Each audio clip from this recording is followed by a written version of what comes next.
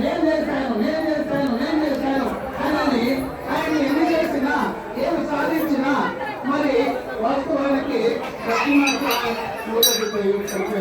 కొన్ని పుస్తకాలు అయితే మామూలు జనంలో ఆ యొక్క యుద్ధంలో స్వరం కోల్పోయాడు అని కొన్ని చోట్ల రాసింది.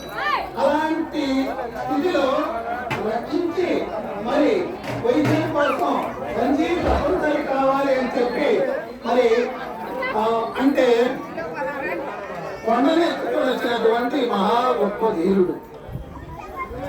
అలా చెప్పుకుంటూ ఆమెను వెతికే క్రమంలో ఎన్నో ఇబ్బందులయ్యి రామునికి స్వామికి మాట ఇచ్చి నేను తీర్చుకోలేకపోతున్నానేనని ఆయన చాలా బాధపడి క్షోభపడినటువంటి స్థితులు ఎన్నో సుందరకాండ అనే ఘట్టంలో మనం చూస్తాం.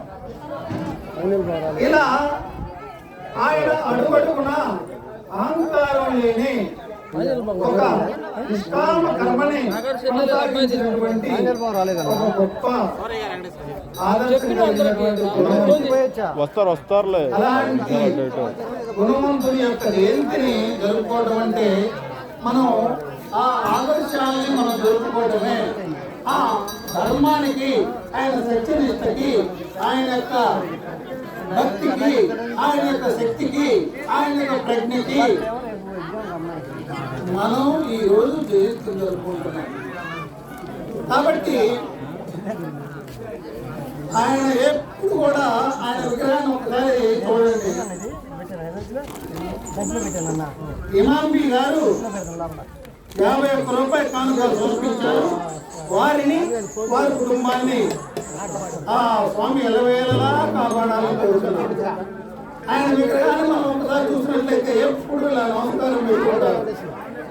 ఒక గురువు గారు చెప్పారు, ఇక్కడే మరి వెంకట్రావు గారు ఒక గురువు గారు, ఆ గురువు గారి పేరు నాకు గుర్తులేదు, ఆయన ఒక సందర్భంలో చెబుతూ ఆంజనేయ స్వామి ఎందుకు ఇలా 2 చేతులు ఇలా పెట్టుకుంటారో తెలుసా అని అన్నాడు.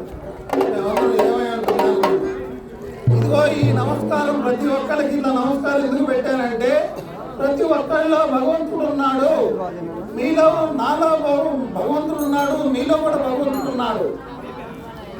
రామావతి హనుమాన్ నాయక్ గారు 100 రూపాయల కానుక సమర్పించారు. వారిని వారి కుటుంబాన్ని ఆ స్వామి ఎల్లవేళలా కాపాడాలని కోరుతున్నారు. ఆయన ఇదిగో నీలో ఆత్మారాముడు ఉన్నాడు, అందుకు కాబట్టి మీ అందరికీ నమస్కారాలు అని ఎప్పుడు విగ్రహ రూపంలో వచ్చే 2 చేతులు ఇలా పెట్టి దండం పెట్టి, అదేంటి స్వామి మనకు దండం పెట్టేది, స్వామికి కదా మనం దండం పెట్టాల్సింది. రామయ్య గారు 50 రూపాయల కానుక సమర్పించారు. వారిని వారి కుటుంబాన్ని ఆ స్వామి ఎల్లవేళలా కాపాడాలని కోరుతున్నాం. నందిపాటి శ్రీనివాస్ రెడ్డి గారు 100 రూపాయల సమర్పించారు.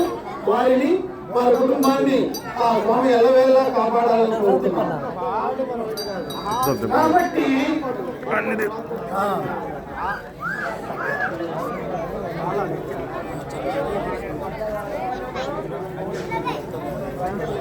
ఆంజనేయులు లైన్ చేయరా వచ్చి, నువ్వు ఏందిరా ఇప్పుడు దాకున్నావు, మేము ఇప్పుడే వచ్చింది.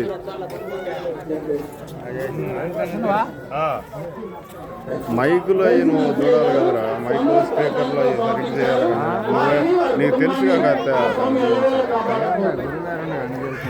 చేసిండ్లే ఆయన కొంతవరకు, నువ్వు కూడా ఉంటే కొద్దిగా బాగుంటుంది.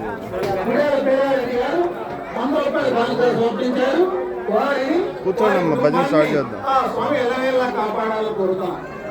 ఆ స్వామి వారు ప్రతి ఒక్కరిలో ఆత్మారాముడు ఉన్నాడు, అతనే అందరిలో ఉన్నది ఒక్కడే. ఆ ఒక్కడు ఎవడయ్యంటే ఆత్మ. ఆ ఆత్మ ఏమిటంటే నేను రాముడు అనుకుంటున్నాను, నా దృష్టిలో ఆత్మారాముడు, ఇంకొకరి దృష్టిలో ఇంకో పేరు, కానీ పేరులు ఏమైనప్పటికీ ఉన్న చైతన్యం అందరిలో ఒకటే అనేటటువంటి సత్యాన్ని ఎరిగినటువంటి వాడు ఆంజనేయ స్వామి. అంజనేయ కుమారుడు కేసరి, అంజనేయ కేసరి అనేటటువంటి దంపతులకు జన్మించినటువంటి ఒక గిరిజన రాజ్యంలో, కిష్కింధ రాజ్యంలో ఒక మంత్రిగా